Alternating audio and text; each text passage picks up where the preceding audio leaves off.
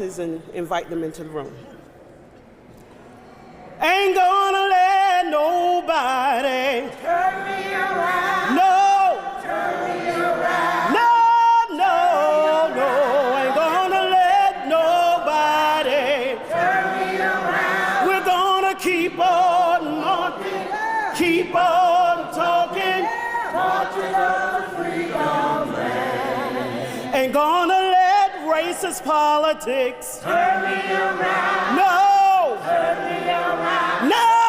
no, ain't gonna let racist politics Turn me around. We're gonna keep on, we're gonna Keep on talking. and we'll, Marching up the freedom. yeah, ain't gonna let racism, Turn me around. no, Around.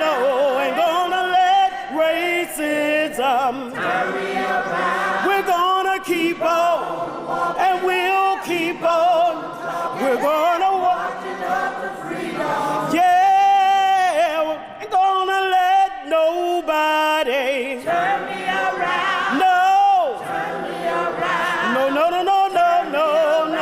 Ain't gonna let nobody. Turn me around. We're gonna keep on walking, keep on talking, marching up the freedom land. Ain't gonna let racist politics. Turn me around. No. Turn me around. No, ain't gonna let racist politics Turn me around. keep on walking, keep on talking. Marching up the freedom land. No, ain't gonna let this legislature. Turn me around. No, Turn me around. no, ain't gonna let legislature. Turn me around. We're gonna keep on talking, marching up the freedom land.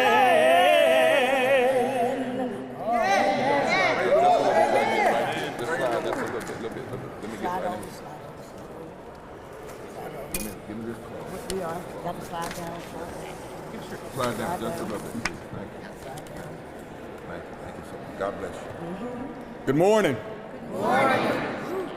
Now I'm gonna do my best to stay on my talking points, Yeah. but I have a hard time sometimes going off script, especially when I'm speaking from the heart. So my name is Sean Wimberly Jr. Yes, sir. I am from Louisville, Kentucky. Yeah. I am a senior agricultural business major, minor in philosophy, and I'm on track to go to law school. That's right. And I serve as the former student trustee for the Board of Trustees at Tennessee State University. And with us, we have Bishop Barber, the national co-chair of the Poor People's Campaign, Mrs. Latasha Brown, the co-founder of the Black Voters Matter, Reverend Dr. Frederick Douglass Haynes III, who's a part of the Rainbow Push Coalition, and Ms. Tamika Mallory, the co-founder of Until Freedom. Yeah. Okay. So I've said enough at the Capitol. I think several of you all have seen me speak at the House subcommittees and the Senate subcommittees. And it's seeming that my voice as the student representative on the board has not been fully valued. As I said before, I serve as the former student trustee, and we know what has happened to the Board of Trustees at Tennessee State University. And I want to first say that I appreciate the fact that we do have TSU alumni on our new board for the Board of Trustees. But I want to make sure that when I'm talking, that we understand that although our board has been given these alumni, what has happened at TSU, what has happened in these past 2 years is a reflection of our community. Teach, sir. Teach, son. It shows the state of our current black community. Yes. And the state that our university is right now is simply a product of us not thinking as strategically, Amen. moving as quickly, Yes. or being as unified as our ancestors have been Absolutely. in the past. Yes. We've allowed others to determine our path, and we've almost forgotten that HBCUs are our home Yes. here in America. Yes. Now, the fight to prevent the state overreach for the Board of Trustees has been lost. But I'm hopeful for the future of our university with new leadership in place. And then there's one issue that I have not mentioned about, and that is the underfunding crisis that we've seen across the nation for our HBCUs. That's it. So we got to understand we have a bigger battle ahead of us. That is the fight for equitable funding. Excuse my French. But we must learn from our mistakes here, and we've done enough begging, in my opinion. And I'm gonna say this right now. Now is not the time for begging. Now is not the time to be requesting. It is our time to take what is ours. And I want you all to understand that. 2.1 billion here, 2.2 billion there, 1.5 billion, whatever. That we cannot beg anymore. They haven't given it to us in the past. So what makes you all think they would give it to us now? So I want to make sure that I've done my speaking at the Capitol, but I speak to the black community when I say this. We can't beg anymore. And I want you all to look at the state of where our university is at right now. That's right. And understand this is a reflection of our community. I want to reiterate that. Yes. So moving forward, I challenge students to remove the distractions of this integrated world that we found ourselves in. Yes. I want you all to take time to learn about what it means to be black in this country and the significance of our HBCUs. Yes, sir. And to never allow anybody to determine what happens to our school without us putting up a fight. That's right. That's right. I challenge alumni to connect with us and guide us so that we may learn from our mistakes, from your all's mistakes, and build for a better future. I challenge community leaders and organizations to use your platforms and resources to highlight the importance of this issue.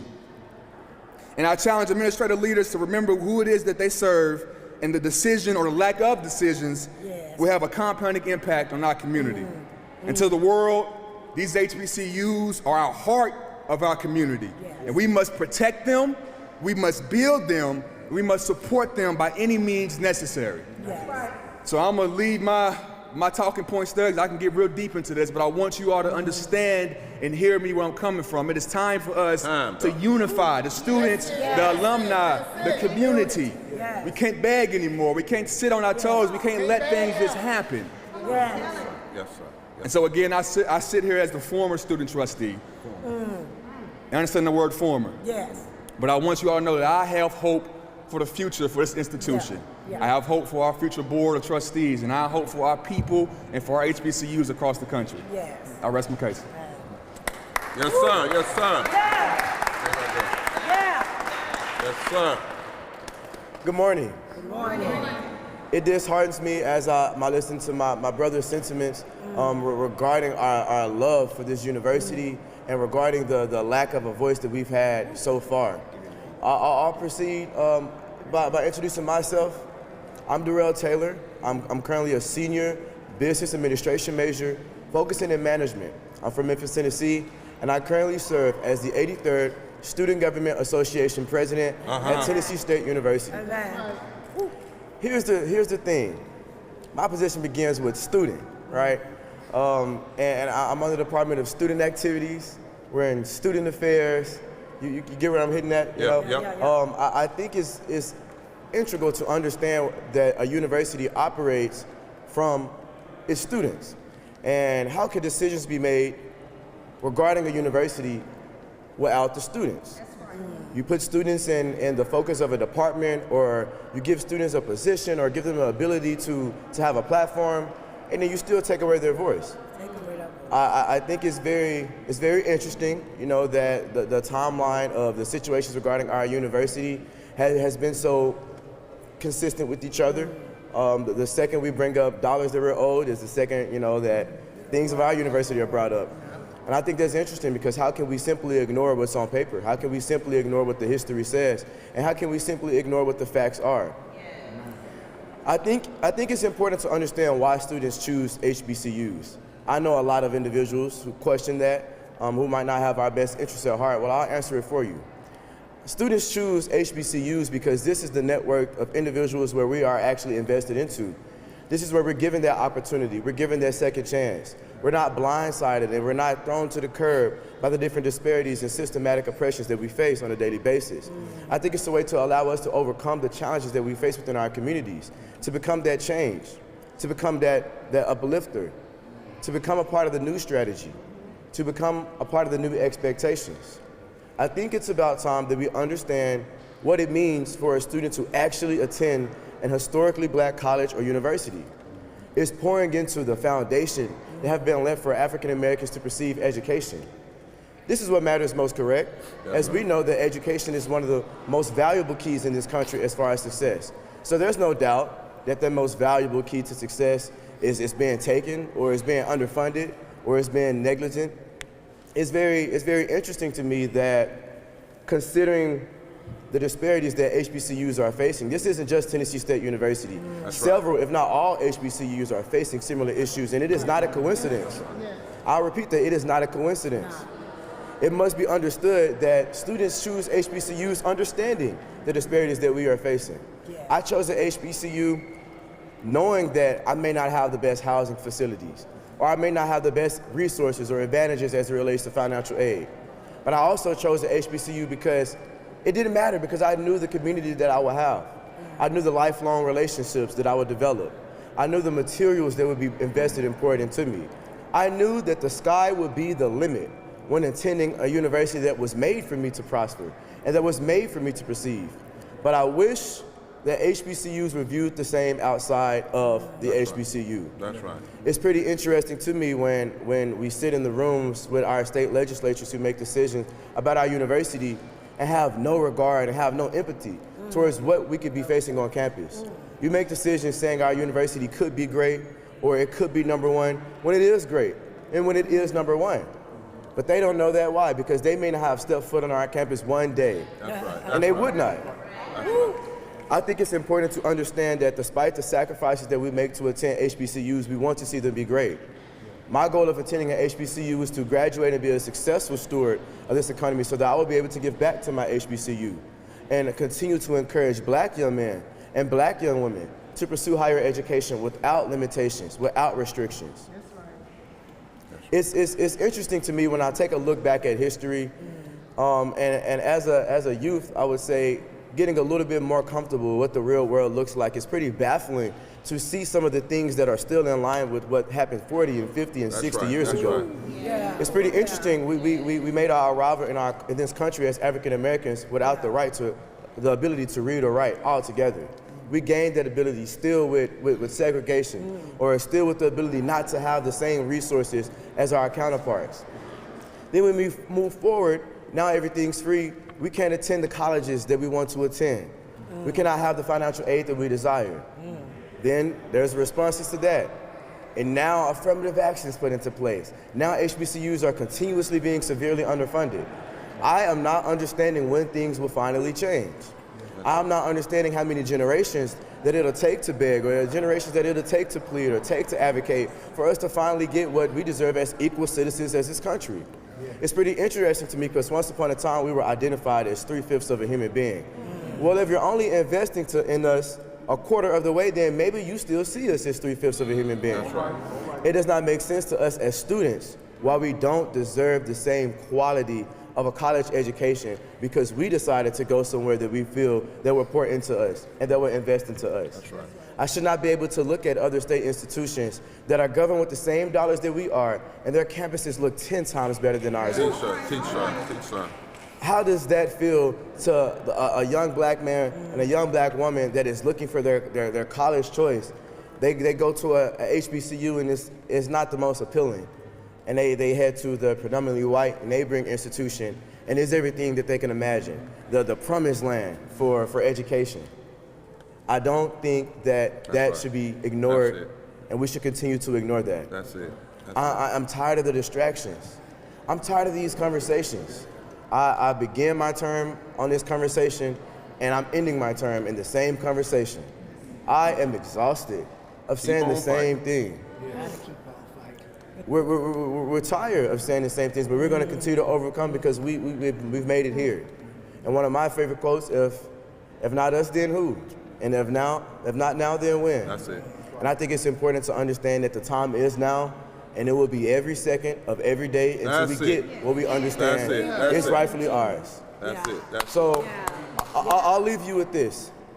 My goal as Student Government Association hasn't been to change the world. It's only been to make the student experience on my campus better day by day. And what I find amongst the confusion and the anxiety of the students is that we just want to be heard. We just want to have a seat at the table. Yeah. We do not want to continue to hear that we support the students and we want to see what's best to the students and then continue to not see ourselves being supported or continue not to see what's best for us being poured into us. We don't want this to be just a story. We don't want this to be just in a news page. We don't want this to be just a headline or an opportunity to say this is our next big thing. We want this to be an opportunity for students to finally be heard, for students to finally be recognized, for funds to finally be given, and for our universities to be treated equally, despite the excuses, despite the pointing fingers, despite the myths, the stories. We're tired of it. As students, we are ready to be heard, and when you are ready to hear us, we'll begin the conversation. That's right. Yes, sir. Yes, sir. Yes, sir.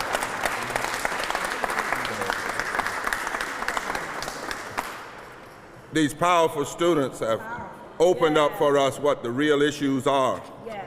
And we received an invitation to come and be with them on today. I think you heard them say, irregardless of what the legislature has done the other day, the fight still continues. Yes. The fight still continues. Yes. I am Reverend Bishop William Barber with Repairers of the Breach.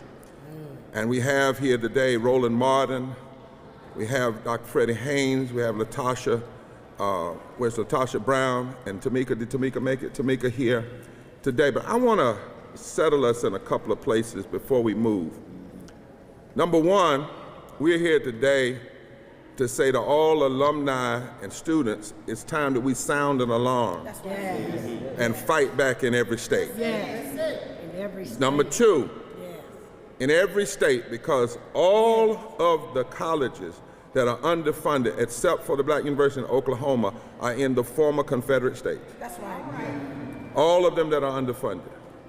$12 billion, almost $13 billion of underfunding. And every one of those states should have black and white and brown people bringing lawsuits to guarantee that those schools are funded properly. That's right. All of them should be. We're here today to say that everybody that's concerned about this issue, and especially students, need to be registered to vote and use those votes to determine who sits in these legislatures. And where they stand on HBCUs should be a major factor in whether or not they get our votes. We're here to say, I was a student government president, and I remember when we fought that the students had an automatic seat. It wasn't chosen by the trustee board or the governor. The students had an automatic seat. In fact, when I was there, the student government president was automatically a member of the board of trustees. The students ought to have an automatic seat that they pick, not that's picked for them. And there ought to be precincts, voting precincts on every campus, because students can vote where they go to school. That's what the law said. And then lastly, I think time, Roland, Latasha, and others, that we bring back something we did in the 70s, and that was we used to have Black College Day, where every year all black colleges simultaneously marched on their state legislature and demanded funding and met with their legislature. It's time to renew that again and call for that kind of activism. Now let's be clear real quickly. We are here because of a guy named Justin Morial. 1862, he passed the Land Grant Agriculture and Mechanical College Act. 1862, Freddie. But it did not guarantee African Americans could attend. It took 28 years after the Civil War for a second Morial Act. And that act said either you had to allow African Americans equity in going to land grant schools that the federal government gave the land, or you could create. And out of that, there are 19 historically black land grant institutions. So the whole reason we're here is because of denial. That's right. That's right. The whole reason we're here is because of funding. And here's the truth. This underfunding didn't just start 2 years ago. The truth is that other than the initial land grants black schools went without government land grant funding until 1970. That's right. Yes. When Congress, not the state legislature, when Congress finally passed legislation to give them an annual appropriation. So the predominantly white schools that were land grant, they got their money from 1862 on. Right. But HBCUs that were land grant didn't even begin to get any kind of equity and appropriation until 1970. That's the challenge that we have. And then lastly, hear this. According to various laws enacted in 1887, federal land grant universities' funding must be matched. This is what the law says, my lawyer friend. The law says that it must be matched from non-federal sources. That means the state. In 2020, Tennessee General Assembly provided $69.4 million in land grant dollars, $2,460 per student to the University of Tennessee, where 77% of the students are white. More than 4 times the match. Yeah. That's right. Hear what I just said? The law said you have to match it. They went 4 times above the match. But TSU and its 6,000 students got just $8.7 million, $1,318 per student from the same state in 2020. Only 12% above the match. Yeah. It wasn't until 2017 that the Tennessee State Legislature began meeting its matching requirement at all for Tennessee State, and they've never met the match. And when the federal government sent a letter to the schools, Governor Bill Lee, who says he loves the values of Dr. King, that's what he says. He said that he wasn't sure whether he was going to accept the $2.1 billion figure as fact. Wow. Come on. As fact. As fact. The governor right now is inside the Capitol at the bottom of the steps. Yeah. Call him over here and tell him, come over here and commit to these HBCUs. Yeah. Commit $2.1 billion. $2.1 billion. And Senator Bo Watson, who chaired the Ways and Means Committee, said he's not buying it. He said he's not buying. They don't owe that money. But history is clear. And my brother just said, we can't keep begging. That's right. We have to have legislation. That's right. Litigation. Yes. And agitation. That's right. Will y'all say that with me? Legislation. Litigation. And agitation. We need it in Kentucky. We need it in Tennessee. We need it in Mississippi. We need it in Virginia. We need it in Maryland. We need it in Arkansas. We need it in Missouri. We need it in Oklahoma. We need it in South Carolina. We need it in Alabama. We need it in Georgia, West Virginia, Louisiana, Texas, Florida, North Carolina. Agitation, litigation, and legislation. Roland Martin. Freddie, Dr. Freddie Haynes. Dr. Latasha, where's Latasha? Freddie, Latasha. Thank you. She's right behind. Thank you so much. Let me thank, first of all, our outstanding student leaders from Tennessee State for the invitation to come and stand in solidarity with you. You are not in this fight by yourself. That's right. And so we thank you because you represent the best in leadership. And you are doing it in spite of the fact that your beloved institution is being plundered through underfunding. And yet we are still producing excellence in leadership. And so we salute you for your leadership and for your work. Let me also say thank you to Bishop Barber for his outstanding leadership. Bishop Barber is always on the case. And so thank you, Bishop Barber. Thank you, Roland Martin. Thank you, Latasha. All of these leaders represent the fact that we have come from around the country because even though Tennessee State and the Tennessee legislature is now the face of this civil rights issue, it is a nationwide issue. I come from Texas. We have a land grant institution in Texas, Prairie View A&M University. And I'm simply saying, as a proud alum of an HBCU, Our HBCUs have always performed in an outsized fashion, outperforming in a real sense the limited resources that they have been given. In a real sense, HBCUs have been guilty of doing much with little. And as a consequence, land-grant colleges, which were founded, thank you, Bishop Barber, for that history lesson. But the rationale behind land-grant colleges was to ensure that these colleges would make a contribution to the state where they found themselves. Tennessee State University has made an invaluable contribution. You can't think of the Tiger Bells doing what they did during the Olympics without connecting them to Tennessee State University. Tennessee State University with Wyoming Titus, not to mention Carl Rowan, not to mention Oprah Winfrey. We could call the roll of the contributions that have been made by graduates of this institution, and yet they have made it being underfunded. Imagine what would happen if Tennessee State University was invested in a way that was commensurate in with what you do, Tennessee, the University of Tennessee.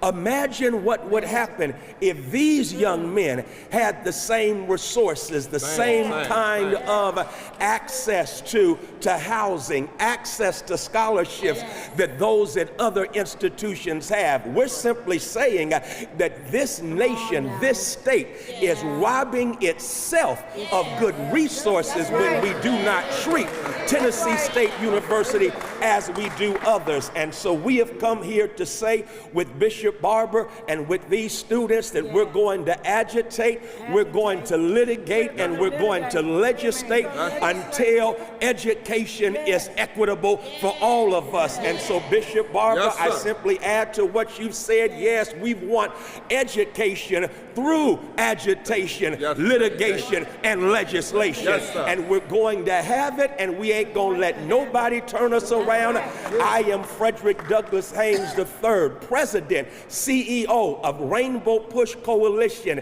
and you know the legacy of Reverend Jesse Jackson, also an alum of an HBCU, and that HBCU that produced him. Imagine what would happen if that HBCU was well resourced and it still produced a Reverend Jesse Jackson. And I'm simply here to say that we ain't gonna let nobody turn us around, and we're saying to Tennessee, we're saying to Texas, we're saying to every state, in the words of my mama, don't steal my eyeballs and then blame me because I can't see. Don't steal from our students and then wonder why we're not producing what other colleges are doing. We're doing it anyhow. Imagine what we would do if there was equity when it comes to funding our HBCUs, and that's what we're here, that's what we're calling for. We've been able to see even when you stole our eyeballs. Imagine what would happen if you gave us equitable funding, and that's what we're calling for. Yes, sir. Yes, sir. Yes, sir. Yes, sir. Well, the first thing I did right was the day I started to fight. Yes, sir. Keep your eyes on the prize and hold on, hold on. I just want to stand in that spirit and that spirit of our people at these land grant institutions, the spirit of our people to always stand and keep our eyes on the prize and to know that we can't back down and we've got to fight. And so in this space, one of the things I want to ask is I want to ask a question. I'm going to ask a question while we're here to the state legislature. Why is Tennessee State being treated differently than UT? And you ask me, what do I mean by that? Well, let me tell you what I mean by that. Why is it that here we're hearing that part of the audit was as a result of, yes, there was housing, that the state they accepted too many students and they needed extra housing. Well, in fact, the University of UT actually had more students that they needed, and they had the money, guess what, to purchase and buy a hotel. Why did TSU have to go back to the legislature? Because their money that they did not have $2.1 billion, and they had to go back to ask them for resources for the hotel. Perhaps they could have purchased a hotel as well if they had gotten the $2.1 billion. And I question whether even the UT was able to purchase a hotel, because perhaps some of the money that was meant for this university actually got allocated to that university, right? Other resources. So as we stand here in this space, even the audit itself, let's just break down this whole idea of the audit. The state paid $2 million for an audit that the discrepancy actually accounted to $4,000. This is not about a discrepancy, and there were discrepancies at other universities. This was not about this. This is an attack. And so what we're seeing all across this nation, this attack on DEI, it's not just an attack on DEI as a program, it's an attack on diversity all across this nation. There's an attack on equity all across this nation. And there's an attack on inclusion all across this nation. And so we're standing here now on the backdrop of TSU, but we're saying there's $13 billion that's owed us. Give us what we owe, what you owe us. Give us what we've worked hard for. Give us what we've contributed as taxpayers in this state and all across the nation. Give us what our hard work has actually produced. We're not going to take it anymore. We're keeping our eyes on the prize. We're going to be in the streets. We're going to be organizing. When our rights are under attack, you know what we do? We organize and fight back. When our rights are under attack, what do? We fight back. When our rights are under attack, what do? We fight back. Thank you. Yes, ma'am. Oh, and I didn't introduce. I'm LaTasha Brown with Black Voters Matter. I'm Roland Martin, founder of the Black Star Network, also host of Roland Martin Unfiltered. We have been covering this story for the last 15 months when other national media has been silent. But I have a series of questions, and the first question really is for all of you who are reporters here in the state capitol. You should be asking every single Republican and Democrat, how many of you have ever stepped foot on the campus of Tennessee State? Wow. That's right. Wow. You should be asking each one of them. You should literally put the roll list and say, how many of you have actually been to the campus of Tennessee State? How many of you have attended a commencement at Tennessee State? How many of you have actually organized a legislative town hall on the campus of Tennessee State? But I can guarantee you, nearly every Republican and Democrat in this legislature has been to the University of Tennessee. That's right. I can guarantee you they've been to many of those campuses all across this state. There's only one public HBCU, so it's not like there's a lot they have to actually visit. It's just one in this city right here. And the reason that's important because it's hard for folks sitting in this Capitol to make decisions about a place they've never seen. And they haven't talked to anybody there. But also I want y'all to start asking the questions, all of y'all who are reporters here, when did they start caring about Tennessee State? Was it when they started asking for the money? That's right. See, they were ignoring the school for all of these years. But until that committee said they were owed $544 million, all of a sudden, there was high interest in what was happening at Tennessee State. And then when they began to ask for just half of the money, then folk began to say, well, we need audit. Ask yourself, how many state schools have had 5 audits in 1 year? That's right. If you want to understand America, you got to follow the money. That's right. If you ain't discussing money, you ain't having an American conversation. That's right. So whenever you start talking about the money, all of a sudden folk attitude begin to change. And that's what we are now beginning to see. You cannot show me, and I've covered city government, county government, state government, federal government, you cannot show me anywhere in America when an audit was done and no fraud was uncovered, and the entire board of trustees was removed.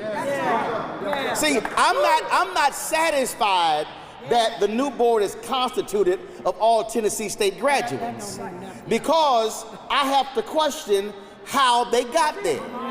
Then I have to question who picked them. Then I got to question who passed the laws that created that environment. And so all of y'all should be asking different questions. Y'all should be asking them, why now? Why all of a sudden so much interest in Tennessee State? You also need to be asking different sets of questions. You should be asking this legislature, how can you deny a school of equal funding when they literally have hundreds and thousands who are trying to get in? Tennessee cannot compete economically with America without an educated workforce. So here you have a school doing that, and they literally are trying to starve them and choke them from the resources. So you've got to be challenging them in a different way. But see, the only reason you can challenge them that way is when you, who are members of the media, actually give a damn about Tennessee State. So you've got to now be asking your news directors and general managers and editors, how often are you covering what's happening at Tennessee State? Do you show up to Tennessee State when there's controversy, or do you show up when there are other things that are happening that are for the good of the institution? You must begin to say, if we calling for equal funding, then you got to have equal coverage. And it can't just be all about orange in this state. You must also be focused on blue and white as well. We cannot have strong institutions if they are constantly under attack. And the fact of the matter is, this university and HBCUs nationally are under attack. And what has happened in this state, I promise you, you're going to see happen in other states.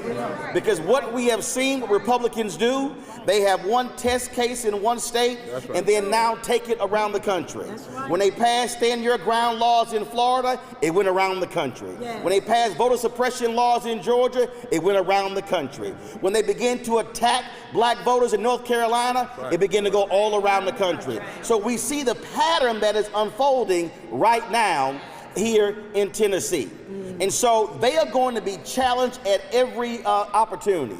And reporters here, you need to be asking, how can this legislature find $500 million to fund a football stadium for a billionaire owner, but cannot fund the full $544 million for an institution? You cannot care more about football in Tennessee than you do educating the students of Tennessee. You cannot say you're against DEI, but you don't mind DEI Saturdays at the University of Tennessee. Understand what we are seeing is an outright attack on black folks in this country, and let's be perfectly clear, we ain't going nowhere. We built it, and as Dr. King said, be true to what you put on paper, and understand we will be back. They will be challenged, and don't be surprised when we show up in your cities and in your towns come election time. Thank you, Roland. Members of the media, 3 things I want you to pay attention, and we'll take questions. What we're talking about is not our opinion. It is the law. The whole part of the second Morial Act was to ensure that if white institutions wouldn't accept black students, that HBCUs could be built. And in 1887, it said that money had to come. Another audit I want you to pay attention to. It wasn't the HBCUs that said they're owed $13 billion. It was the federal government that did an audit. That's right. The federal government did the audit and sent letters. Am I right?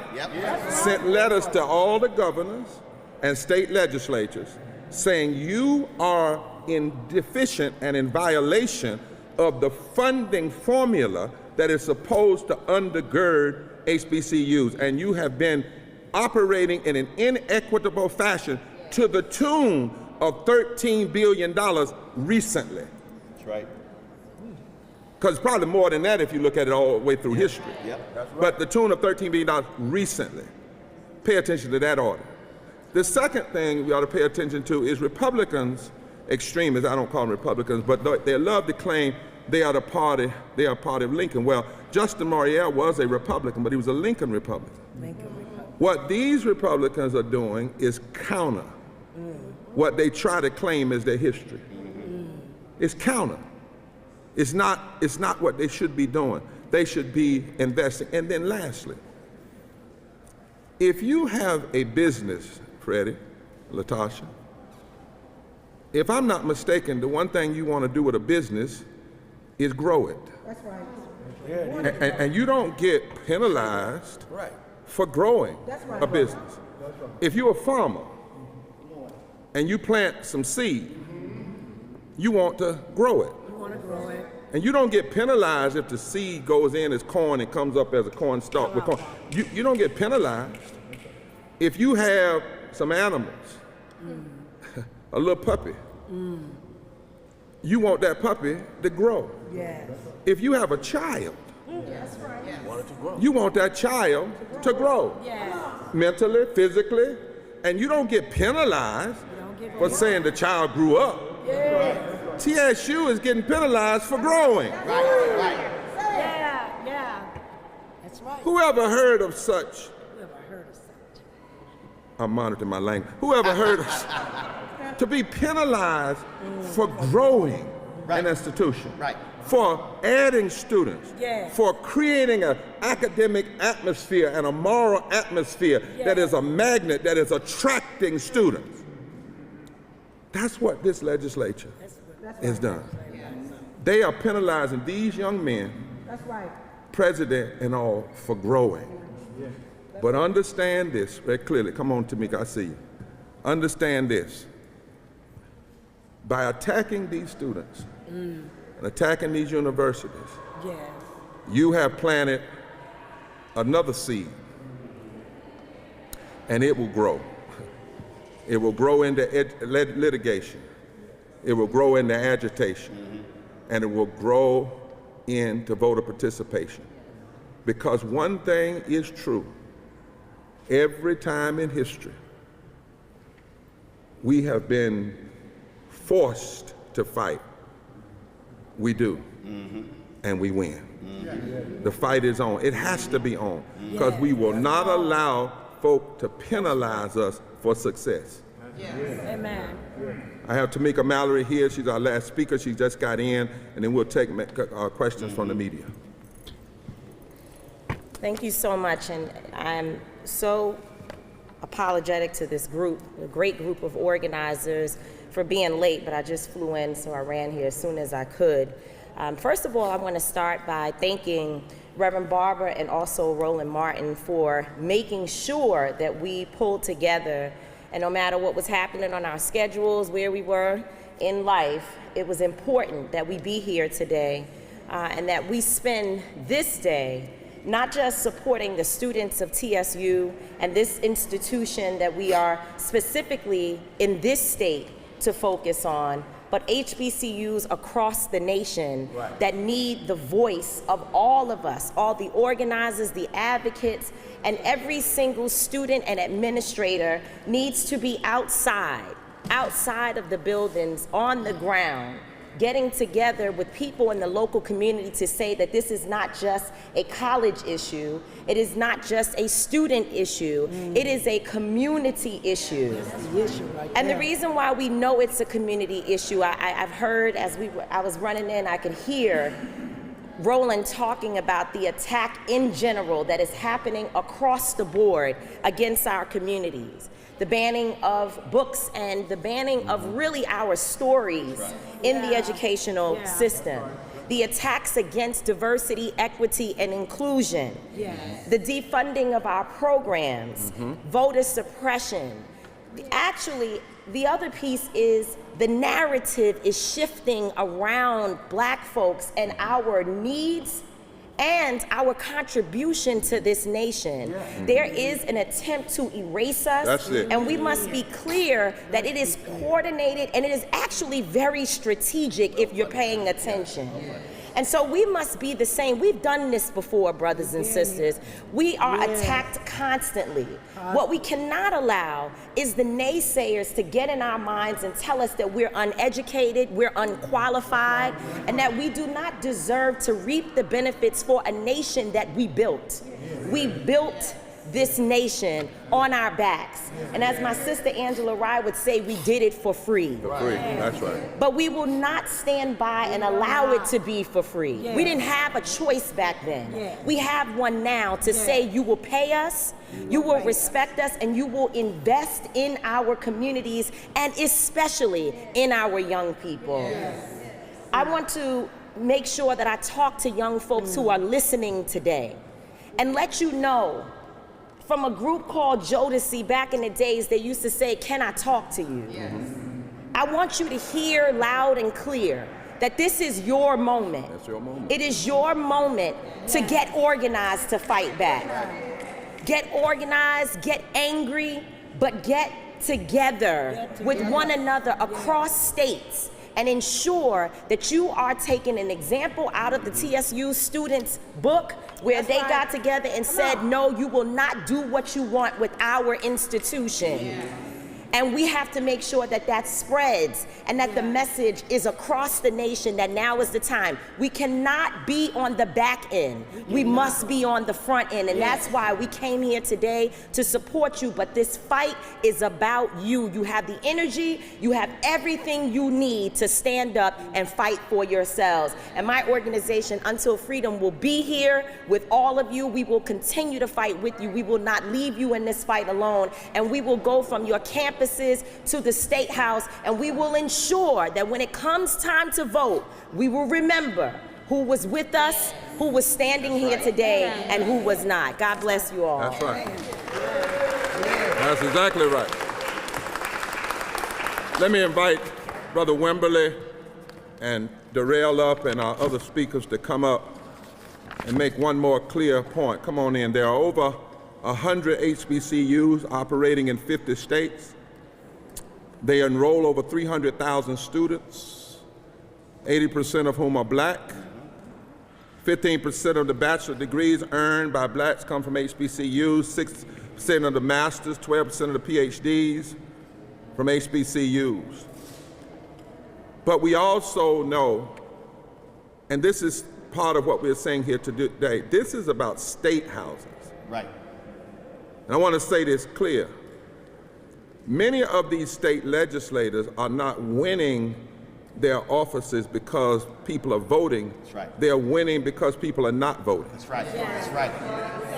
Reverend Gordon is here with the Poor People's Campaign, and one thing that we've done is a study, and we now know that over 40% of the people in this state that vote are poor and low-wage voters. And if just 20%, hear me now, just 20% of those who have not voted were to vote around issues like HBCUs and living wages and health care, you could determine who sits in the governor's office, who sits in the legislature. That's right. Don't believe the hype that we don't have power. That's right. The fact of the matter is most southern states are not red states or blue states, they are unorganized states where we have not organized our power. That's right. And Tamika is right. If young folk and all of us get together and organize our power and don't believe the negatives that say we don't have power. We have unused power. That's right. And let it be said that we are not going to stay home. Do not allow people to get into these state legislatures by default. That's right. Make them have to come through your votes. Make them have to come through your power. Make them have to come through your strength. Unopposed. That's right. No unopposed. We need you to run. We need to rail. Actually, I'm serious. Yeah. Are there questions from members of the media? And before Oh, questions, sure. Yes, sir. Yes, sir. Before Yes, sir. questions, I want to thank all the guests here that came. And Darrell and I, we've been working hard to make what's been happening at TSU become a national issue. And we've been trying to garner support from all different organizations around this city, around the state, and around the country. So to see what we've gotten to at the end of our term. You all did it. So I want to say that I appreciate that. But I want to reiterate my point. When I first got on this mic, y'all had me a little nervous. I'll be honest with y'all, because this issue is not only something that I find very important, I find it to where I want to make sure that what I say, you all hear me. And for those of you on the camera watching in from the calls, I want you all to understand how important what has happened here at TSU, what's happening to our other HBCUs. We cannot allow people who have not stepped foot on our campus, who don't understand our culture, to make decisions for us. Our HBCUs, and I'll say it again, I'll say it for the last time, our HBCUs are our home. TSU has allowed me to travel to Africa, to Japan, to across the country, and I'm starting to understand the world as a student, and I'm seeing the importance of this HBCU. So I just want to make sure I put that there for everyone to hear it. All right, so I'll leave it at that, and we'll let my brother has something to say. Where are you going to law school? I can't mention that on camera yet. Okay, but, all right. But you all. Well, I'm asking. We want to send you some money. Yes, sir. Yes, sir. We'll talk off camera. Yes, sir. Okay, all right. You got anything?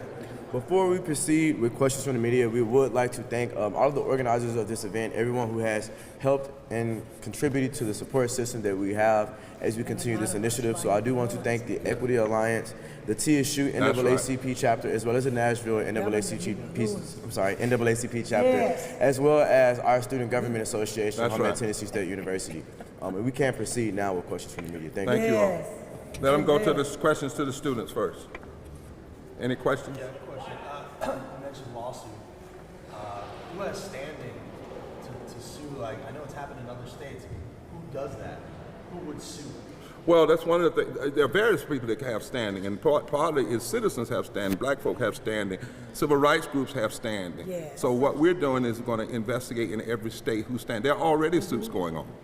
But what we're saying is that, and Roland can come up, there needs to be a coordinated form of litigation, because this is not something that's just happening here or there, it's happening everywhere. So right now in Georgia, the Black Caucus in Georgia filed state against the state of Georgia to receive the money for the land grant institutions. Fort Valley State is owed $603 million. And so in Georgia, they estimate the HBCUs there, the land grant have been cheated out of in excess of $2 billion. And so that's the case. You also, when the lawsuit that took place against Maryland, the school couldn't sue, but that was an external group that sued. That's how they got that $400 million settlement there. Alvin Chambliss sued in Mississippi. So you've had a number of examples all across the country in Alabama, Mississippi, Maryland, and Georgia, where states have been sued for the lack of funding to HBCUs. And one of the things that can also happen is these students right here, we have lawyers are looking at, they have standing. They have standing, because they're students, especially the ones that are still in school. And the courage that, I saw a question, and the courage that a state black caucus, if it has the courage, can sue its own legislature. That's right. And should. Right. And should. Question right here. And we need to push a lawsuit against the state. Okay, remember. Okay, Tennessee State, they are employees of the state. That's right. So they can't sue. So again, I'm gonna use Maryland as an example. There was an external group that sued in Maryland. Coppin State, Morgan State, of course, Bowie State, as well as Eastern Shore. They were not parties of the suit, but individuals who were alumni, as well as the Black Caucus and others, so they were participants in that. So the school cannot sue, but as Reverend Barber said, parties can sue, and yes, they should. The reality is, if you're waiting, first of all, black folk have been waiting since the land grant schools were created in the 1800s. And so the Tennessee Black Caucus, and I challenged Representative Harold Love on my show last week, they should be filing a suit.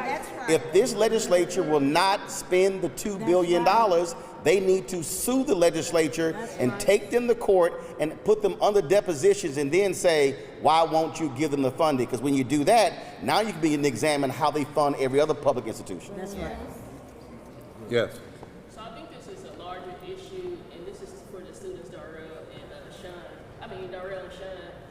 Can you speak more to, I know we said this is an issue across the world, across the state on HBCU campuses, but what's your call to action so that we can get students not only from Tennessee State, Fisk University, Philander Smith University, what can we do, American Baptists, to put this call out? And I'm not saying everything don't need to be on camera, but how can we strategically organize to get these students, to understand this is important, because sometimes, you all are students. it's much more than just, coming up to the Capitol, but putting the urgency out there that this is important. Like, this is really important, so. Yeah, I'll go first. So I mentioned it when I first spoke about challenging students. The generation now is 2024.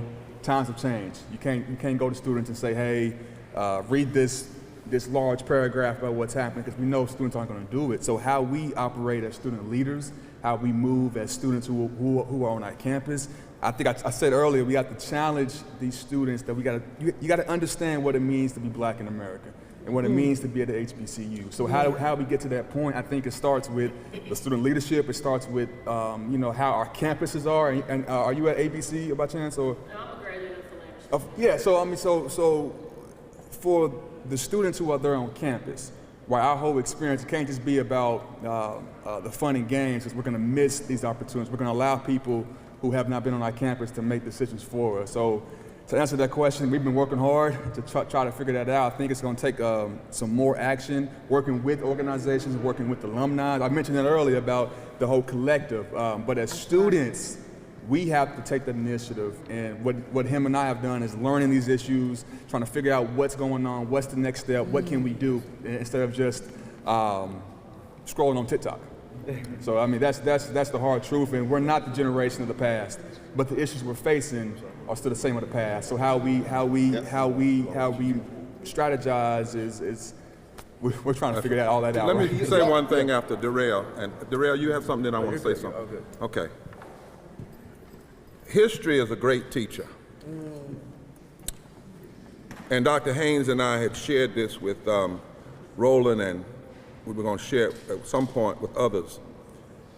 In 1960, students went to Shaw University in Raleigh, closed the doors and had a strategic meeting. That's it. Ella Baker was there not to control the conversation, but to make sure that the students could have the conversation. And students organized SNCC. Dr. Haynes and I have been talking about, I was at Lincoln University a few weeks ago, and the students up there walked 87 miles to their state legislature. In Pennsylvania. Lincoln University in Pennsylvania. Huh? That's right, okay. And there are two, that's right. You gotta make sure you get the right one. The one that Thurgood Marshall graduated from. Pennsylvania. That's right, Langston Hughes, that right? All right, I'm messing with Roe. But they walked. Now, the administration didn't want them to do it at first. And rightfully so, because they were concerned about them as students. There's insurance. But they did it, and they forced that legislature. While I was there, the students there said, we sat around afterwards, talked about an hour, and I called Dr. Haynes and said, we need to convene students from every one of these land-grant colleges. That's right.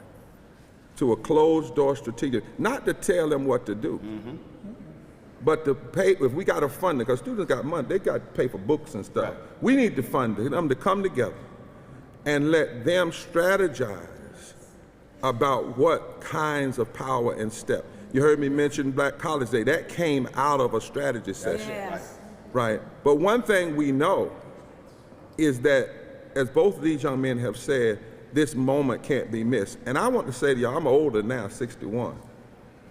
But I was a student government president and a member of the board of trustees of my land-grant institution. I remember when we fought because they wouldn't put a precinct on our campus.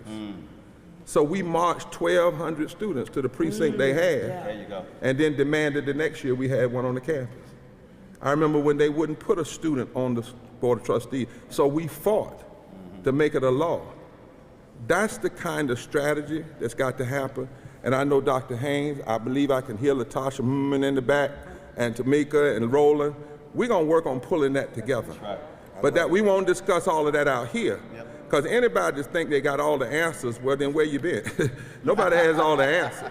But if we can get think about getting all of the students represented from these 19 land grants in the room. The genius of that, the brilliance of that. And I want to commit today that we're going to make that move.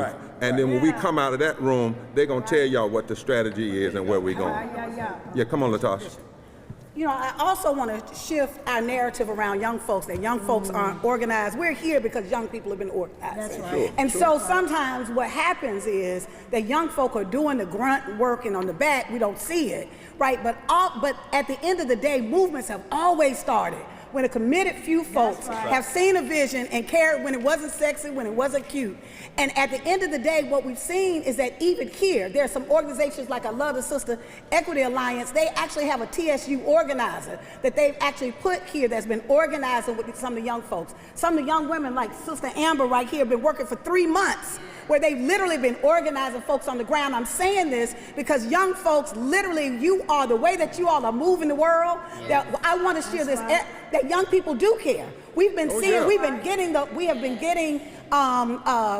the phone calls, we've been supporting some of the work that's on the ground. And so it's a matter of, we're doing a larger call, not just for young folk, all of us should care about this. The alumni, if we have graduated or benefited, and that's all of us, from HBCUs, this is our call to action too, that we've got to stand behind. Even if we went to a PWI, you have benefited from the brilliance of black folk who have graduated from these HBCUs. And so this has to be a call to action for all, that we stand behind these students who have been doing the organizing. We stand behind these students who literally are standing in the gap. Some of them haven't had the resources. They have not known what to do other than literally organize their peers. And so I just want to lift that up, because we've seen that that's how we've made change. There's never been a movement in this country or in the world that was not led by young folk.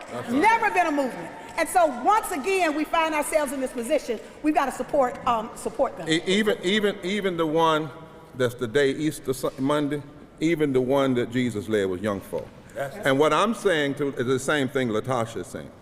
If you go to North Carolina, students at A&T are mobilized. Elizabeth City State, where they tried to take over. We came here by invitation today of students. That's right. Not to move beyond students. That's right. And when we say coming together, it's not, you don't come together because there's no movement. You come together because there are movements to help connect them. That's right. That's the difference. That's right. You come together to connect them so that the students in Pennsylvania are connected with the students in North Carolina, and the students in North Carolina are connected. And our job as graduates are to help. That's what was the genius of the 1960s meeting. And if you see on this list, it tells you the 4 things that we're talking about.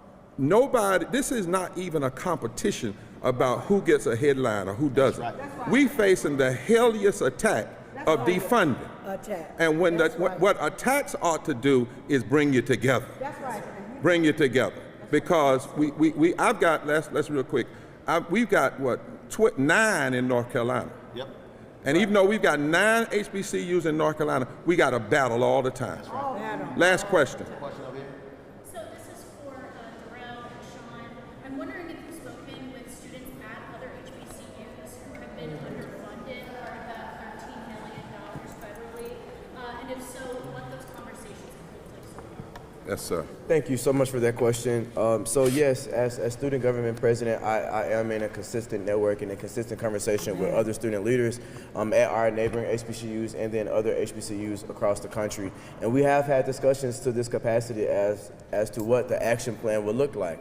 And of course, you know, things look a little bit different from state to state and from legislature to legislature. But I think the common ground altogether is that students are the leaders of these initiatives, and it is important to continue educating our bodies. That's something that we've been working on primarily at Tennessee State, is to consistently educate students on what this means for our university and what these decisions actually are. So we do plan as the next generation of leaders approaches the table, and you know, a lot of those elections are taking place currently. We're passing down the knowledge that we've gained. We've passed down the conversations that we've had with legislatures, and essentially just being that support system for the next set of student leaders that are already equipped and already prepared to face on these issues. Yeah, that's right. Thank you. Yeah. I had one thing. You also need to keep in perspective. There are multiple generation TSU graduates. That's right. And they literally are saying the same story. Yes. So when you have grandparents, parents, and their children complaining about the exact same issue, that explains to you historical underfunding. And so what these students are saying, they don't want their children That's right. who will say, I want to go to Tennessee State to be fighting the exact same battle that they are fighting. Last point, the Nashville movement, it was in this city. All right. Yeah. HBCU presidents told those students, if y'all join the civil rights movement, we're kicking you out of college. So that actually happened. So we also got to keep in mind what this city birthed in terms of student movements. We're going to be tonight, we're broadcasting for 2 hours. So we're going to have more students are going to be there. Other folks are going to be there. We at Pleasant Green Baptist Church, 1410 Jefferson Street from 5 to 7. Yeah. And the whole conversation is focused on what we talked about here. So there'll be more voices there, and they'll be talking about, again, what they're actually moving forward. Because even though the legislature has made this move, you got to keep in mind, you also have a potential legal action because the Tennessee student, the representative on the board is actually chosen by the university. Right. So how can the legislature get rid of a student trustee that they don't pick? Wow. The governor does not actually pick the student trustee. So again, understand, y'all got to be asking a different set of questions. How can the legislature remove a student trustee that they do not have the actual legal authority to appoint? That's right. Amen. So we also want you to know that on Wednesday night, yes, Wednesday night, at Black Voters Matter, with the top, say blackvotersmatter.org, there's going to be a virtual teach-in. Am I right? Yes, that's virtual right. teach-in. What time? 6 o'clock. At 6 o'clock, 6 p.m. Eastern. So we want everybody that's listening on this media to hear this. Lastly, 6:30 p.m. 6:30 p.m. We came here, I want you to understand, when Roland put out the call to join, to stand on this hallowed ground, That's right. because so much was birthed from here. And we are in a time when there will be multiple birthings. Yes. The song we sung, and y'all, you might come and close us out. The song we sung was Ain't Gonna Let Nobody Turn Me Around. And really, it's ain't gonna let nobody turn us around. That's right. That's right. So wherever you can fight, we need to be fighting and standing and moving and acting. And then lastly, you know, they say this is April Fool's Day. But we came here today to say we ain't being fooled. We're not being fooled about what's really going on and what the underfunding really is and what the battles really are. Brother Wembley and Darrell, you all represent, man, just power. Amen. And what I want to say is we will not create a false dichotomy that only serves to undermine our fight together. Wow. It's not versus old versus young and young versus old. We is the most important word in the justice vocabulary. If we stand together, we can fight back and beat anything together. Yara, you want to close us out in your own way?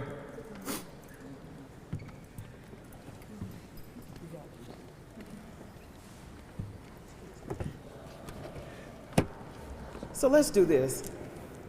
Let's start with, and this is representative of all the HBCUs, but real quick, a little something for TSU, and this extends to the other schools as well.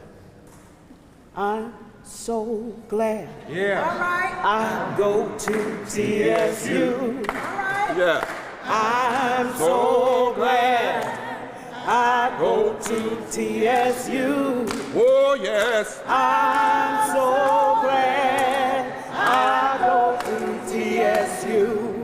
Singing glory, hallelujah. I'm so, one more time. I'm so glad I go to TSU. Let's hook up. I'm so glad I go to TSU. Oh, yes. I'm so glad I go to TSU. Singing glory, hallelujah. I'm so glad. Can we borrow that and say, I'm so glad I go to an HBCU. Come on. I'm so glad I go to an HBCU. I'm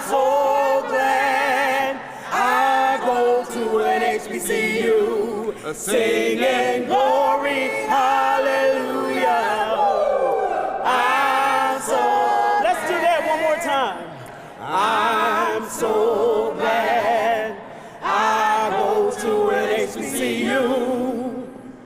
I'm so glad I go to an HBCU.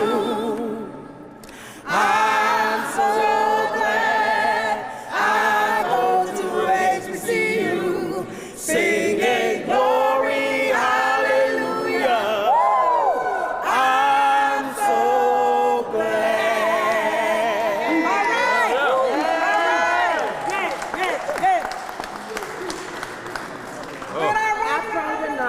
What do we do? Stand up right back. When our rights are under attack, what do we do? Stand up right back.